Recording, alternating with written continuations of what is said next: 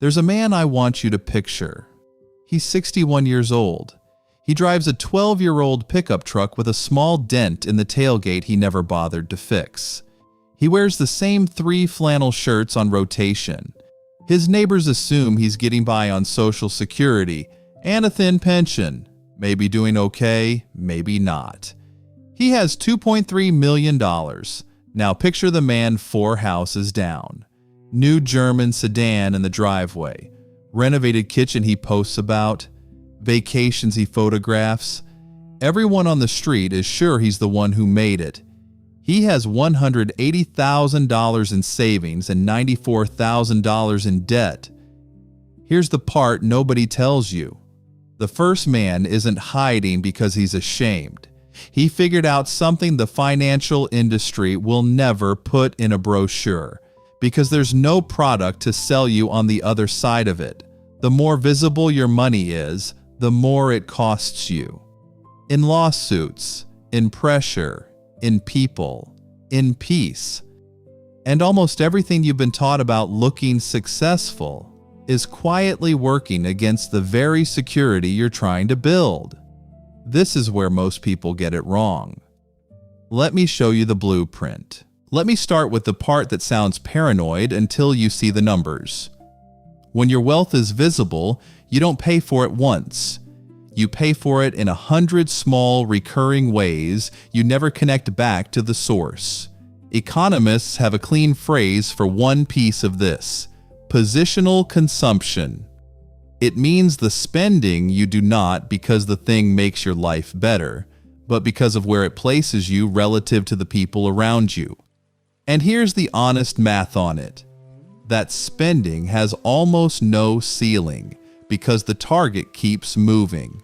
Picture a couple, 54 and 56. Good earners. Combined, they bring home about $180,000 a year. By every reasonable measure, they should be building real security. But 3 years ago, they moved into a nicer neighborhood. The kind where the houses are fine, but the driveways do the talking. Nobody pressured them. Nobody had to. Within 18 months, they'd replaced 2 perfectly good cars, redone a kitchen that worked, and started taking the kind of vacations that photograph well. None of it was insane in isolation. Each decision had a reasonable-sounding story. Added up, and they were spending roughly $31,000 a year more than they did in their old house, for a life that, if you ask them honestly in a quiet moment, didn't feel meaningfully better. Over a decade, with what that money could have earned invested at a modest 6%, you're looking at north of $400,000 they will simply never have. Not lost to a crash. Not lost to a scam. Lost to the quiet daily work of keeping up. And the research backs the feeling, not just the math.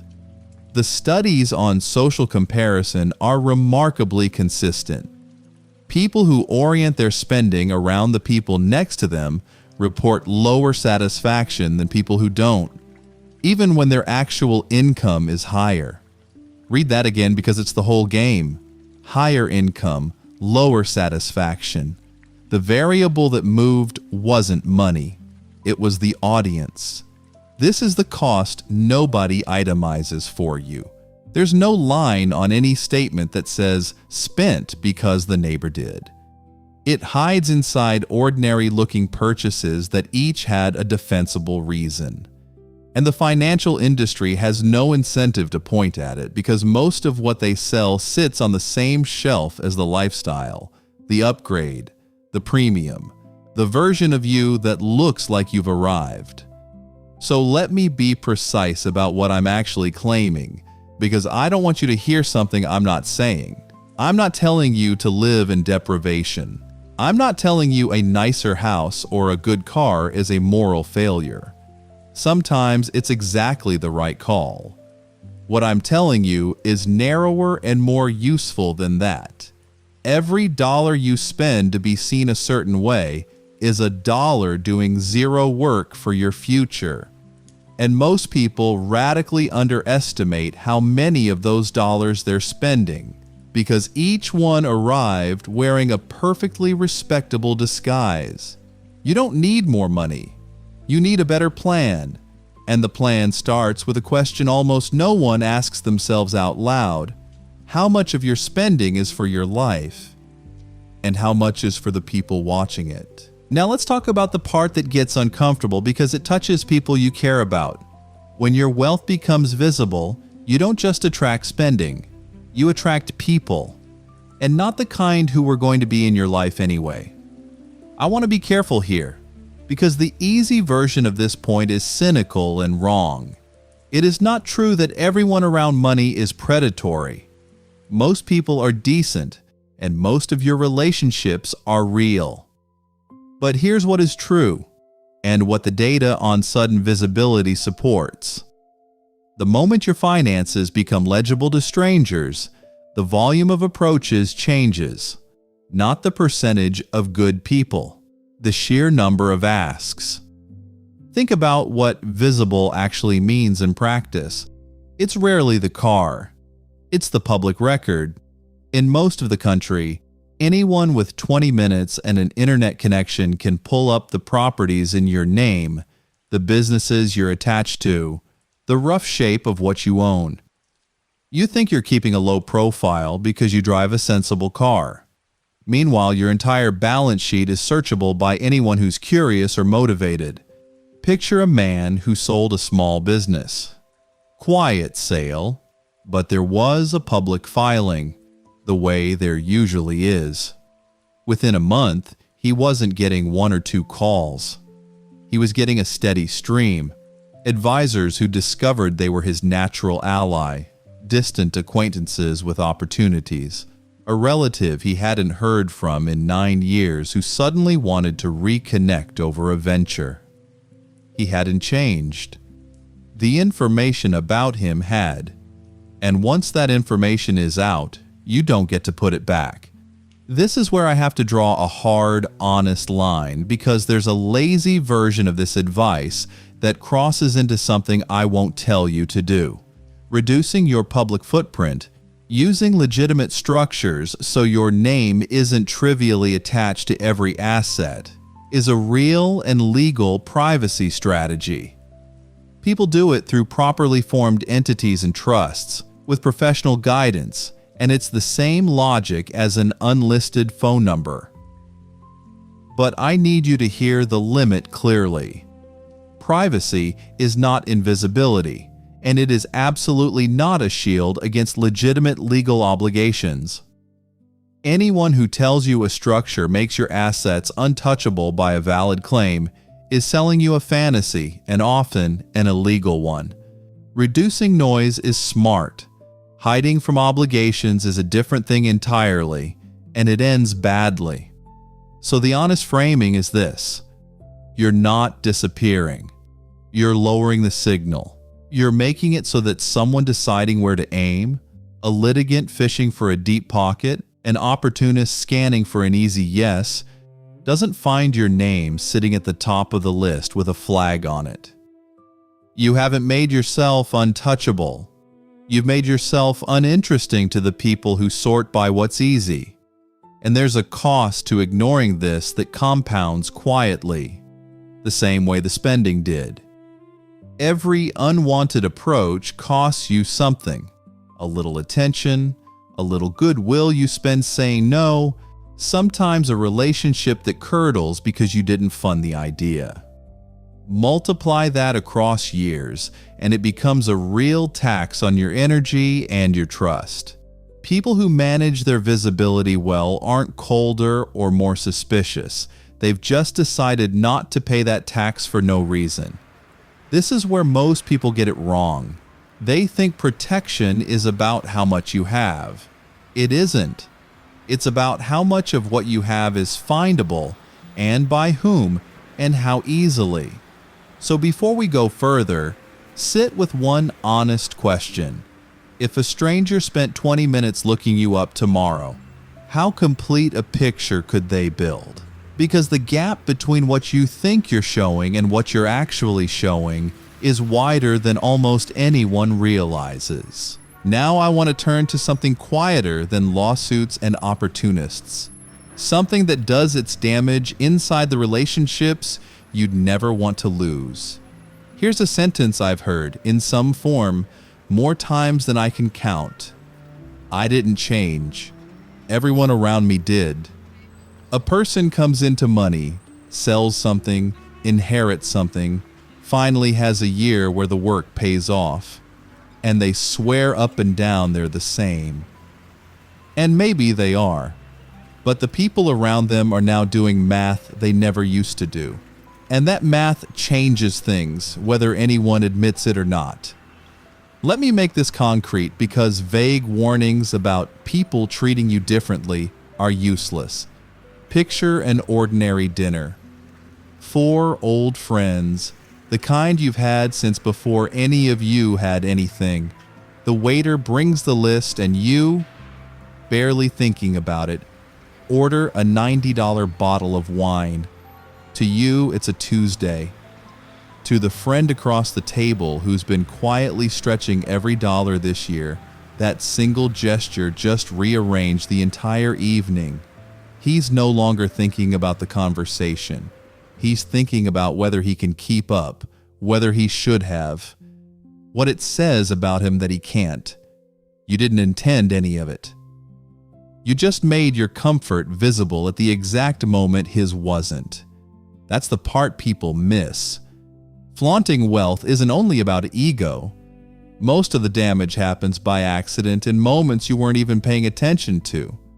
The new car in the driveway when the neighbor's hours just got cut. The renovation you're excited about, mentioned to someone who's behind on theirs. None of it is malicious. All of it is information. And information about the gap between you and the people you love is rarely a gift to them. And it cuts in a second direction too. One that's almost worse because you can't see it coming. Some people will look at the visible markers and quietly file you under a category. Oh, you're one of those people now.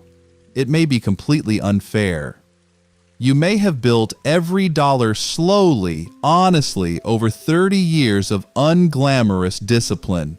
Doesn't matter. The bottle, the car, the watch, they don't carry your story. They carry a stereotype, and the stereotype arrives faster than any explanation you could offer. So what's the honest move here? Not deception. I'm not telling you to perform poverty or lie about your life. That's its own kind of exhausting theater and people can smell it. I'm telling you something simpler and more respectful. Be aware of the asymmetry in the room. You don't owe anyone a display of restraint, but you also don't owe anyone a display of your good fortune. Most of the time, the kind thing and the wise thing point in exactly the same direction, toward turning the volume down, not because you're hiding, but because you'd rather your friends keep being your friends than slowly become an audience. I'll acknowledge the trade-off honestly, because there is one. Some of you have worked hard for nice things and genuinely enjoy them, and there's nothing wrong with that. You're allowed to drive the car you love. I'm not asking you to live small to manage other people's feelings forever. I'm asking you to notice when visibility costs more than it's worth, and to recognize that the setting where it costs the most is almost always the room full of people you'd hate to lose. Because here's what no upgrade ever buys back: a friendship that quietly went stiff because one person started keeping score. You won't get a notification when it happens. You'll just notice a year later that someone you used to call doesn't call anymore, and you'll never quite connect it to a bottle of wine. If you fix this, everything changes, not in your balance sheet, but in the rooms that actually hold your life together. So ask yourself the harder version of the question: who in your life is quietly doing the math every time you reach for your wallet? And is the thing you're buying really worth what it might be costing them? Now I have to take on a story you've been told so many times it feels like a law of nature. The lottery winner who loses it all. The windfall that becomes a curse. You've heard it. Maybe you've repeated it. And it's worth pulling apart because the real version is more useful and more honest than the cartoon. Let me be precise, because this is exactly the kind of place where confident, round claims do damage. It is not true that windfalls statistically destroy people. When researchers actually followed large lottery winners over many years, what they found was more nuanced than the legend, meaningful, sustained improvements in life satisfaction, the steady sense that one's life is going well. The effects on day-to-day emotional happiness and mental health were smaller and messier, but the doom story, the one where money reliably ruins you, simply isn't what the data shows. So if anyone tells you sudden money is statistically a tragedy, they're choosing a good story over a true one. But, and this is the part worth your attention, the windfall does expose something. It doesn't create the danger. It reveals whether the structure underneath was ever there. Here's what I mean. Picture two people who each received the same $500,000. An inheritance, a sale, a settlement, doesn't matter. The first has spent years building habits. She lives below her means. She has a plan for what money is for. She has people she trusts and a structure to slow her own worst impulses. The money lands on top of a foundation. It compounds. 5 years later, she's quietly, durably better off. The second has none of that. No plan, no habits, no foundation, just appetite that was always there and never had the fuel to fully express itself. The money doesn't change who he is. It amplifies who he already was. The chasing was always there. Now it has a budget. And here's the brutal arithmetic of a windfall with no plan. A lump sum feels infinite and isn't. $500,000 sounds like forever until you do the math. Pull from it the way most people do. A chunk for the car, a chunk for the trip, a standard of living quietly ratcheted up to match the balance. And you can move through a number like that in 3 or 4 years with almost nothing structural to show for it, not because money is cursed, because there was never a plan to catch it. Now connect this back to the whole thread of this video because it's the same lesson wearing different clothes. The danger of the windfall is the danger of visibility, internalized. The person who chases after the windfall is doing to himself what the flashy neighbor does to the street, performing a level of arrival the underlying reality can't sustain. The money just made the performance affordable for a while. So what's the actual takeaway, the one you can use? It's that sudden money and slowly built money behave like completely different substances. And the difference isn't the amount, it's whether there's a structure waiting to receive it. A windfall handed to a plan becomes security. The same windfall handed to an appetite becomes a faster, more expensive version of the life you already had. And this reframes the whole thing you've been taught to want. Most people fantasize about the windfall, the number that arrives and changes everything. But the number doesn't change anything on its own. It just turns up the volume on whatever you'd already built. If what you've built is discipline and clarity, more money makes a better life louder. If what you've built is appetite and comparison, more money just makes the trap deeper and quieter. This is where most people get it wrong. They spend their energy chasing the windfall and almost none building the thing that would actually let them keep it. They want the money to be the plan. But the money is never the plan. You don't need more money. You need a better plan. Because a plan is the only thing that can hold money once it shows up. So here's your question before we move on. If a number landed in your lap tomorrow, would it find a structure ready to receive it? Or just an appetite waiting to spend it? Now, I want to give you the piece that ties everything together, and it's a single word. It's not a strategy. It's not a product. And that's exactly why almost no one in the financial world will ever build a campaign around it. The word is enough. Let me tell you where I first heard it framed this way. There's a story about two writers at a party thrown by a billionaire on an expensive stretch of coastline. One says to the other, more or less, "Doesn't it bother you that our host makes more in a single day than you've earned from your most successful work?" And the other one says, "No, because I have something he will never have." And the first asks, "What could you possibly have that he doesn't?" And the answer was one word: enough. Sit with that, because it's doing more work than it looks like. The entire machine of visible wealth, the upgrading, the keeping up, the performing, runs on a hidden assumption that there is no finish line, that the next number is always the real one. And if there's no finish line, you can run your whole life at full speed and never once arrive. That's not a hypothetical. That's the actual lived condition of an enormous number of people who, by any external measure, already won.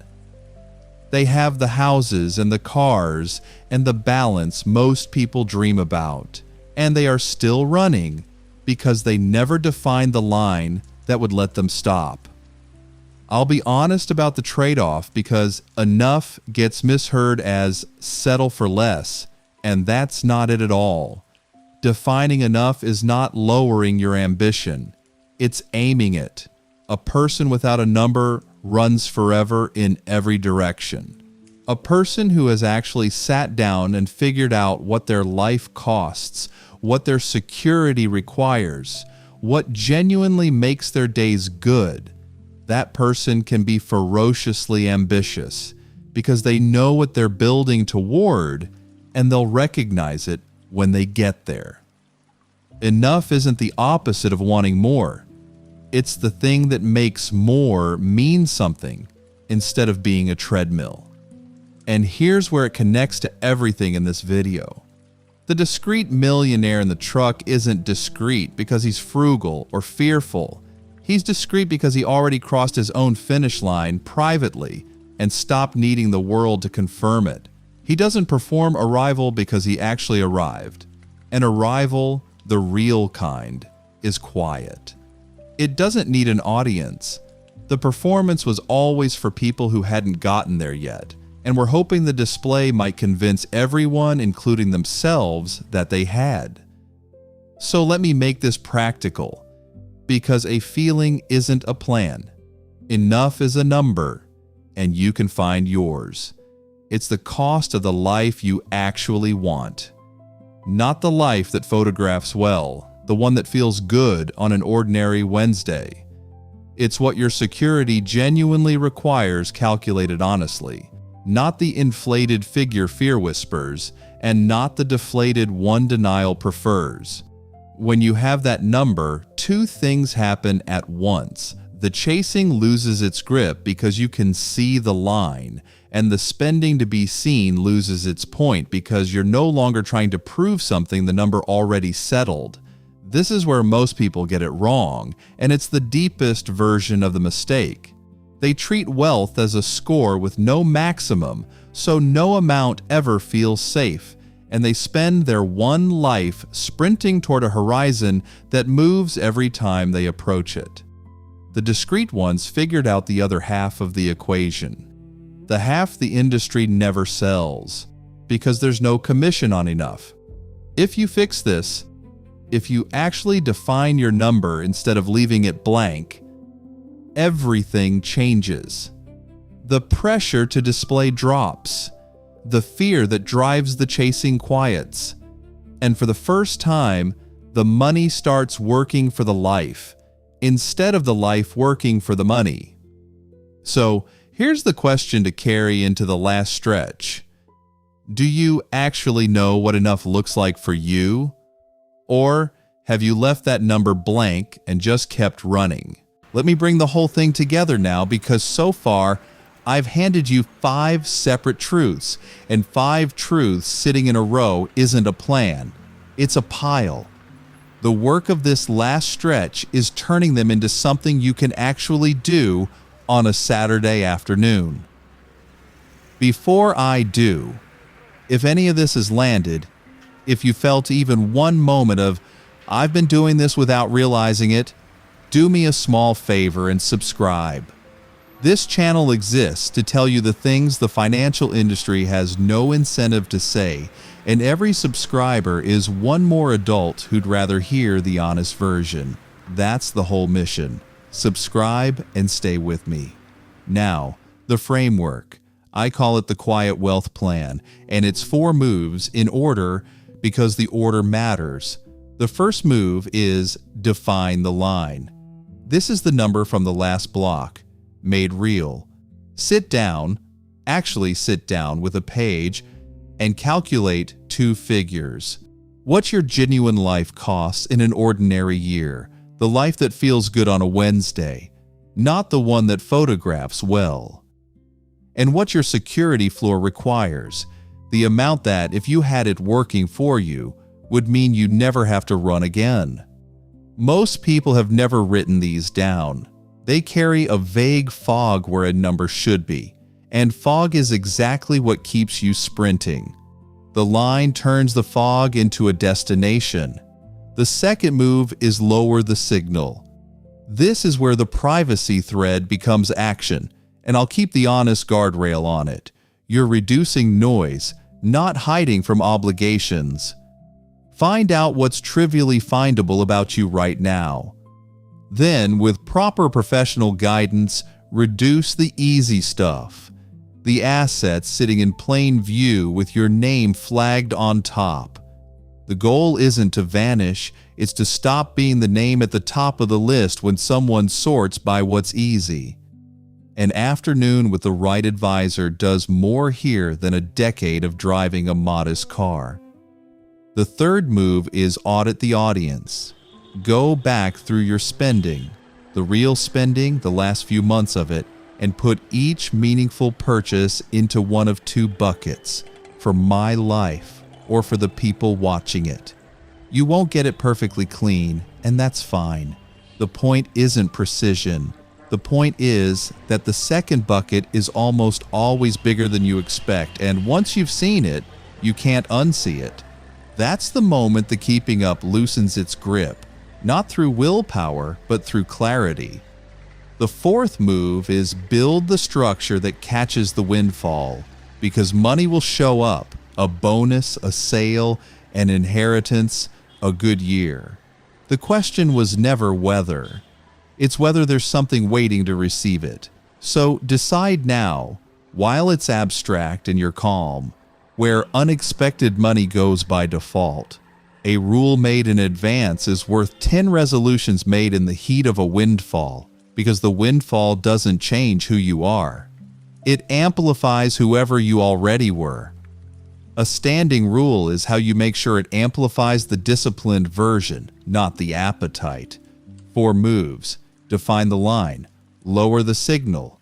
Audit the audience. Build the structure. None of them require more income. Every one of them is available to you this month at any net worth, starting from exactly where you are right now. That's the part I need you to hear. This isn't a rich person's strategy. It's a clarity strategy, and clarity is free. You don't need more money. You need a better plan. And now you have the shape of one. And here's the thread I'm leaving deliberately loose, because it's the subject of the next video in this series. Everything today was about you, your number, your signal, your spending, your structure. But almost everyone who builds quiet wealth runs into the same wall eventually, and it isn't about them at all. It's the next generation. Because the hardest part of building something durable isn't earning it or protecting it. It's handing it to people who didn't and watching whether it survives the transfer. That's where we're going next. There's a scene I want you to carry with you after this video ends. It's an ordinary evening years from now. You're at a long table, family, a few old friends, the people who actually make up your life. And I want you to picture two versions of yourself sitting at the head of it. In the first version, you spent these years running. You kept up. You upgraded when the street upgraded, displayed when the moment seemed to call for it, left your number blank, and chased a horizon that kept moving. From the outside, that version looked like he'd arrived. But sitting at the table, he's doing math under the conversation. What this evening costs, what's still owed, whether the balance can hold the life he's been performing. One old friend stopped calling somewhere along the way, and he never quite figured out why. He has the markers of enough. He never had the thing itself. He looks successful, and he is tired. Now, the second version. Same table, roughly the same years. But this one sat down early with a page and found his line. He lowered his signal, not to hide, but so the right people, and only the right people, knew the shape of his life. He audited the audience and quietly stopped buying for the crowd. He built the structure, so the good years landed on a foundation instead of an appetite. From the outside, this version looks unremarkable. Sensible car, same flannel. Nobody at a stoplight would guess. But at the table, he isn't doing math. He's just there, present, arrived in the only way that was ever real, privately, and for good. He doesn't look like much. He has enough, and he knows it. Same person, same starting point. The only thing that separated them was a plan, and the willingness to define a line the rest of the world leaves blank. You get to choose which one sits at your table, not in some distant someday, in the small decisions you'll make this month. With the spending, you'll either audit or won't. The number you'll either define or leave as fog. The blueprint only works if you actually pick up the pencil. So before you go, 3 things. Subscribe if you want the honest version of this conversation to keep finding you. The series is just getting to the hardest part. Share this with 5 people, not as a favor to me, because somewhere in your life is someone running a race they never chose, and this might be the thing that lets them stop. And leave a comment with one word. You're enough. Not the number, just what the word brings up for you. I read them, and they're the most honest thing in the room. Here's the truth I'll leave you holding. Wealth was never the point. The freedom it buys was, and the quietest people already spent it well.